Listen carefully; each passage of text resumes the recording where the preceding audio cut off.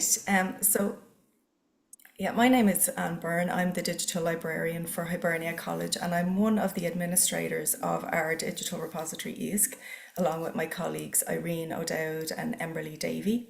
So our repository is quite a young repository. So what I really wanted to talk about today was just our experiences so far, from setting up the repository right up to now, what we've been doing, taking a look at the journey we've been on, I suppose, to get it established, some of the things we've done to promote the repository, but also some of the particular challenges we've had, and they have been many. So maybe just to get started, I might introduce, our college, because maybe not everybody here knows who we are.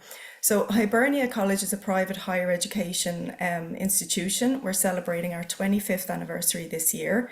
We're experts in blended and online learning, and we offer programs in teacher education, nursing, and corporate governance. So some of the objectives we had around setting up a repository, and these are probably very universal, everybody can relate to these, I think. We wanted to provide global online open access to our research primarily. And we also wanted a single location for research, storage and preservation. So we didn't have anything like that for our research up to that point, which certainly provided a challenge when we went to try and populate our repository, but I'll get to that. We also wanted a space in which we could showcase the research activity of the college. So again, as a private college, we can be a bit hidden within the community. So it seemed like a really good way to go about spreading the word on what we do. And having researcher profiles in our repository was a linked kind of priority for us.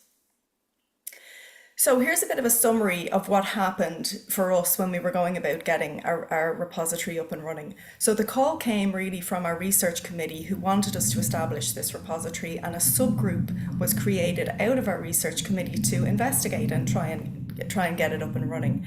Myself and Irene were on that initial working group, and we began the work in April 2021 to investigate options for the repository. By August of 2021, we had chosen software, we had started building, the work was in progress. We had a soft launch in-house in April 2022. Part of that soft launch was deciding on the name for the repository, which actually turned out to be a very exciting part of the process. We brought it to vote to our research committee, and we settled on ISC, which, as you know, is the Irish word for fish, but it also stands for Institutional Archive of Scholarly Content. So it's both a word and an acronym. And that ties into our college crest, which is the salmon of knowledge.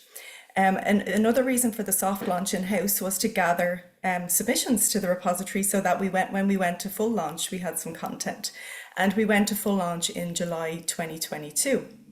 So one of the key considerations for us when we started to develop the repository was obviously what software we were going to use, and that was quite a process in and of itself. So what we did was we did a bit of research on what other Irish institutions were using for their repositories, and we settled on these four options, these four possibilities across open source and commercial software, and some open source offered as software as a service by different vendors. So I think the pinnacle of all of these was really Digital Commons. It had, just the most amazing bells and whistles, and it was fabulous. But obviously budget was a consideration, and that was well outside of our budget. So we had to park it, unfortunately.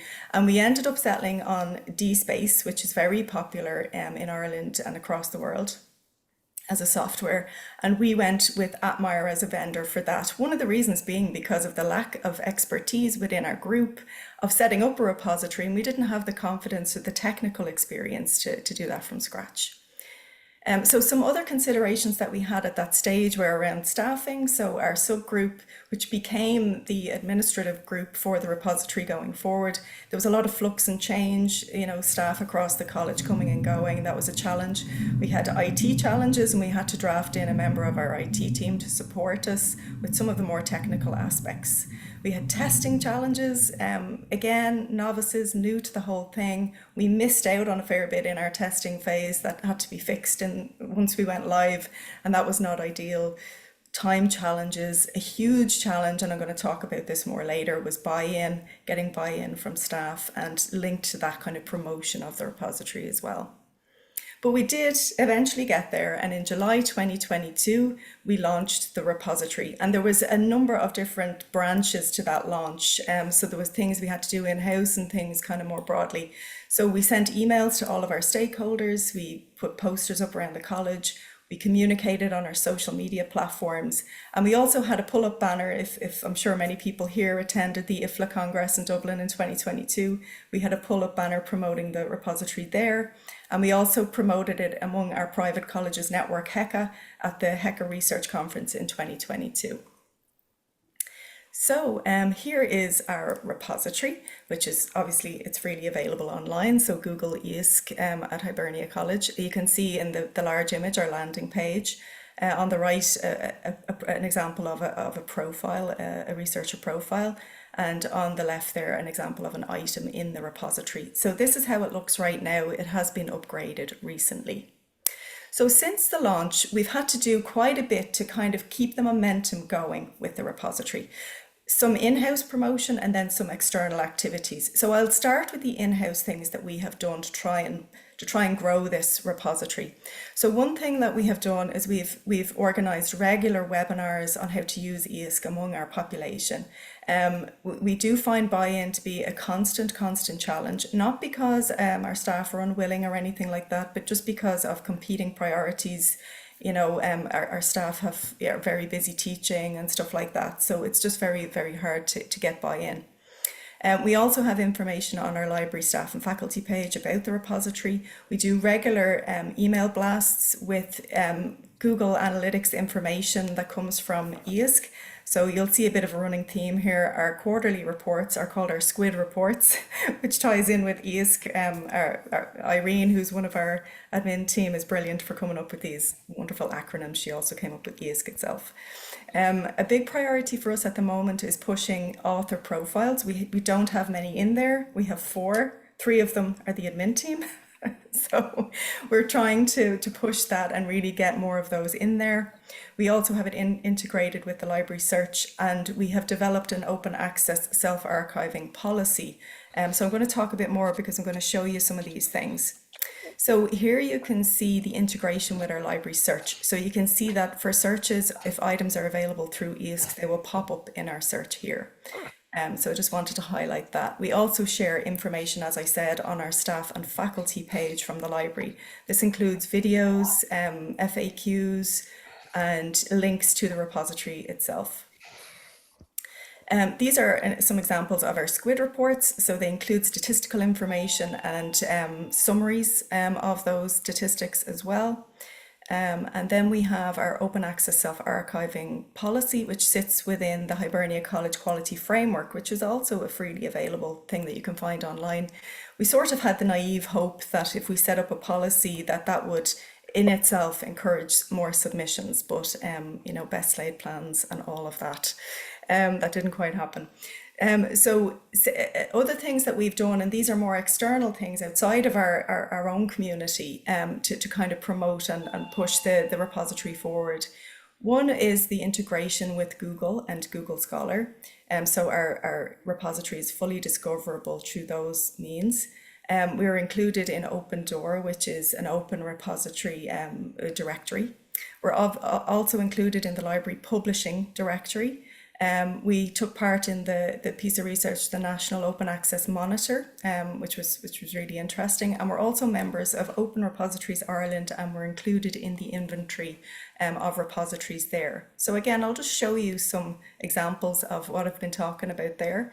So here you can see in results in Google Scholar, you can see that we pop up, and the full text links there on the right to items in EISC. So that's great, and we get a lot of traffic that way.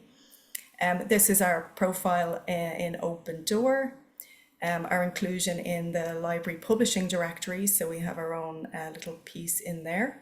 Our profile on the Open Access Monitor, and our inclusion there in the Open Repositories Ireland inventory. So it's trying to increase that visibility and get involved in national initiatives, which again is a challenge for us as a small private institution. So there are some of the, I suppose, the exciting things that we've been doing, and it makes it perhaps look a little bit like we've had some kind of easy straight path with our repository. And I really want to, I suppose, sort of round this out by talking about some of the challenges that we've had, because I think the reality is that the challenges are probably to the forefront of the experience of us as the EISC administrators. And I don't want to underplay that there have been a lot of bumps in the road. Okay, and I found this paper that was published recently and a quote from it that really spoke to me in terms of our own experience. And I also know from speaking to colleagues in other institutions who manage repositories that our experiences are sort of reflected across repository administrators generally. So hopefully what I'm going to say now might be a comfort to some, and maybe like a sort of a heads up for anybody who's thinking about setting up a repository. So I'm just going to start by reading this quote. So it says, many institutional repositories continue to struggle with low engagement. A combination of factors is often at play, including overburdened faculty, confusion about copyright, and lack of awareness. Adding to these barriers on the researcher side are resource constraints on the administrative side, with many libraries citing limitations in budget and staffing for institutional repositories. And that just really jumped out at me in that paper, because I kind of went, okay, yeah, I get that. We've had that same experience. And so I think very much to the forefront of our minds as administrators at the moment are vendor challenges, which have been many over the years, and even more so recently. We have recently had an upgrade of the repository, and I say that very much in inverted commas because our experience has not been that it was an upgrade. It more felt like a bit of a downgrade in some ways, because a lot of the functionality that we had previously was either gone or hidden. Some of the bespoke sort of customizations that we had made to our repository kind of disappeared, and we had to get them back. So we've had many months to kind of bring the repository back up to where it was previously. We also had a large period of time prior to the upgrade, a period of time during which the upgrade had been promised but not delivered, where we had no access to our statistics. So kind of a sort of a very grey zone, I suppose, for our repository, where nothing was really happening and we were kind of stuck. And so we've had a lot of vendor challenges, and I think it's a really important thing to remember when selecting repository software, dealing with vendors, to be careful about what you do there. A huge challenge, and I know we've actually done quite a number of presentations simply on the side of sourcing content and getting content into the repository, because it's such a big part of the problem. So sourcing content, there's a couple of factors involved there. One, I would say, is historical content. And as I said at the start, one of the objectives for us in setting up the repository was, having somewhere to archive and store the sort of academic output of the college. We didn't have that beforehand. So a lot of the things that had happened in the college had kind of been published or had gone, and nobody knew where they were. So we have this ongoing challenge to sort of restore and find that content. We've had to do a bit of, we call ourselves repository detectorists, where we have to kind of, it's like panning for gold, So we've had to do a lot of that kind of work. Staff engagement then for the more current kind of content, getting staff buy-in and encouraging staff to submit is an ongoing challenge. We do have regular webinars. Attendance at those is a challenge in and of itself, and it's something that we haven't fully mastered at the moment. And I think another part of that is, I've mentioned our open access self-archiving policy, but as a private college, we have a very particular challenge in that we can't mandate people to submit because a lot of the work done here is not publicly funded. So we don't have that same kind of, sort of incentive to put the stuff up there. So that adds a kind of a layer of challenge to the staff engagement, which I think exists for everybody. Uploading student work, another challenge. So that reflects a kind of, I suppose, a change in institutional culture, because there's a certain way in which those submissions happen. And we've had to work with the academic teams to integrate a permission into the workflow of that, where students give their permission for an upload. And that's been a bit of a challenge to get that in place. We did have the first batch of student work uploaded last year, and we're in the process of working on the second batch. And finally then, administrative constraints. So us as an administrative group, this is by no means our only task, or it's one of many, many tasks that we have. We're a very small team. As a library, we have two staff members, myself and Emberly, who's the library assistant, and then Irene is the researcher in the digital learning department. So the three of us are the admin team. We have loads of other competing tasks. So time is an issue, and we have what you might call times when we have lots of momentum going with the repository, and then times when we don't have as much time to commit to it, and then we have to kind of kickstart it again, you know? So I don't want to end on a negative note. We are very, very proud of our repository. It's up there, it's live, it gets a lot of engagement. Student work has been particularly popular, but I really wanted to, I suppose, for anyone here who's going through similar experiences, maybe just to say, we hear you, you know, we're there too. Or for anyone starting up to maybe go in with the rose tinted glasses a little bit off and a bit of a reality check around what's involved.